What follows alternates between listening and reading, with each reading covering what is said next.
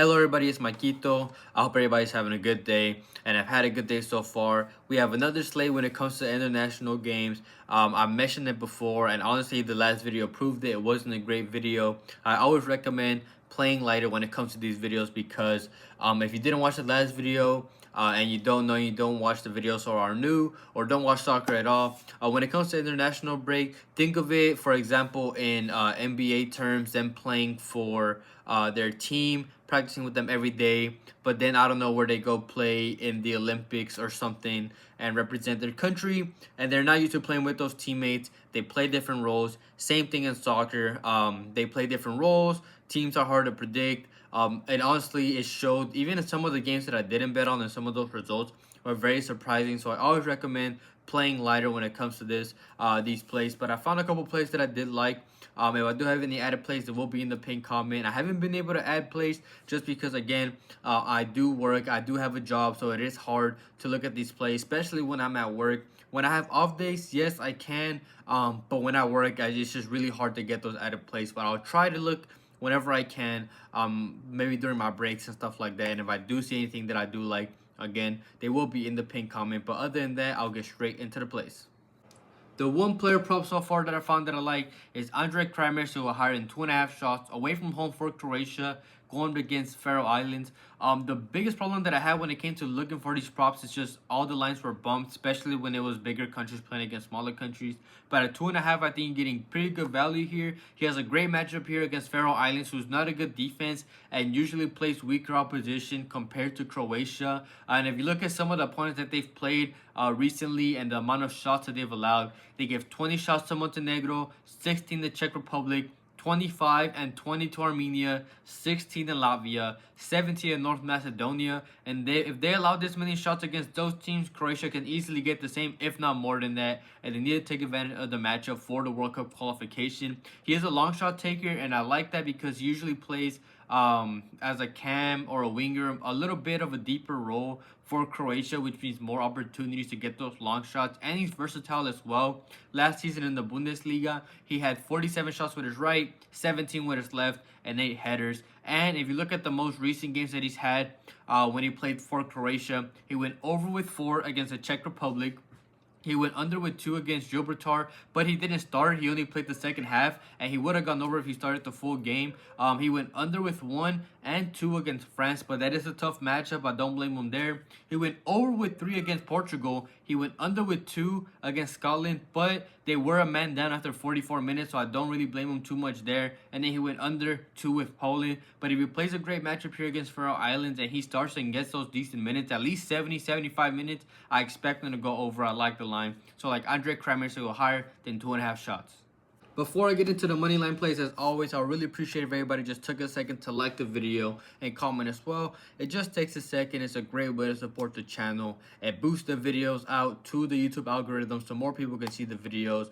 So I really appreciate that. And if you're not subscribed, please subscribe. Turn on notifications so you're notified when these videos are out. And I do also let y'all know in my free Discord, which is linked as well. It is not a premium. I don't hide any picks. Again, it's for those that want to get notified as well there. And people post their own plays as well. You can post yours, get your input on anything you can bet on, whether it's obviously soccer, NBA, and NFL when that starts, esports, tennis, literally everything. If you're interested in that, link for that is in the description. And the only form of premium that I have is my YouTube membership. If you're interested in that, link for that is there as well for those that want to support just a little more, and you get the content out earlier. So if you're not a member, those that are already got the video and the picks before everybody else, and that's with every single video. So if you're interested in that, link for that is in the description. And I do have Outlier, which is useful when it comes to every single sport and when it comes to club soccer as well, which is a stats app. So if you're interested in trying that as well, 7-day free trial linked in the description. So I really want to thank anybody and everybody who supports me in any way. This first play, I got this for -135. I know that some people might have been confused on where these plays are, but they're on the World Cup qualification for Europe. And the first place, higher than 1.5 Croatia goals going up against Faroe Islands. They're a much better team. They're 2 games behind first place. And there's a 3-point difference between them and first place. And it's honestly, other than Gibraltar, this is the best matchup possible. And against similarly matched teams that have played against Faroe Islands, it's a 2-1 loss that they had to the Czech Republic. That's it. They don't play teams that are this good. Usually they play smaller teams like those Gibraltars, those San Marino, all those teams. They're not used to playing teams like Croatia. And in recent games, their two most recent games that they had in the World Cup qualification, they beat Czechia 5-1. They beat Gibraltar 7-0. So they do well against similarly matched teams. I expect a lot of possession and chances for this Croatia team. And Croatia can get the same, if not more, shots and shots on target that they can here. They had 13 and 11 shots on target in those first two games against Czechia and Gibraltar, and they were clinical and able to take those chances. They have plenty of experienced players with Kramaric, Perisic, Modric, Budimir. They've dominated the first two qualifying games, and I expect the same here. I expect them to score so like higher than 1.5 Croatia goals going up against Faroe Islands. And the second play that I found that I like is Italy. First half 3A money line going up against Estonia. Italy need to be careful or they could potentially miss the World Cup again. They usually, the last two World Cups, if I'm not mistaken, they somehow end up not qualifying. They already lost the first game, and they just can't afford to drop any points. And they're playing an Estonia team who've already lost 3 of the first 4 games, and it's a good matchup here. And it's the first game for their new coach Gattuso, who brings experience and firepower to the team. And if you look at the shots on target allowed that Estonia have gave up to opponents, they gave Israel 11. They gave Moldova 6, despite them being a man down after 5 minutes. They gave 7 to Israel, 3 to Norway, and Italy can get those opportunities, especially in the first half. And in the win that they had against Moldova, they had 65% possession of the ball, 28 shots and 7 shots on target, and Estonia have conceded in every game so far. And I'm not sure what lineup Gattuso is going to use with Italy, but he has plenty of strikers and attackers to choose from, like Keane, Raspadori, and Retegui. And with plenty of firepower here, I expect them to find the back of the net at least once in the first half. I don't expect Estonia to score. It's whether or not Italy does, and I expect them to. So I like Italy. First half 3 money line going up against Estonia, and I have this slip for -135.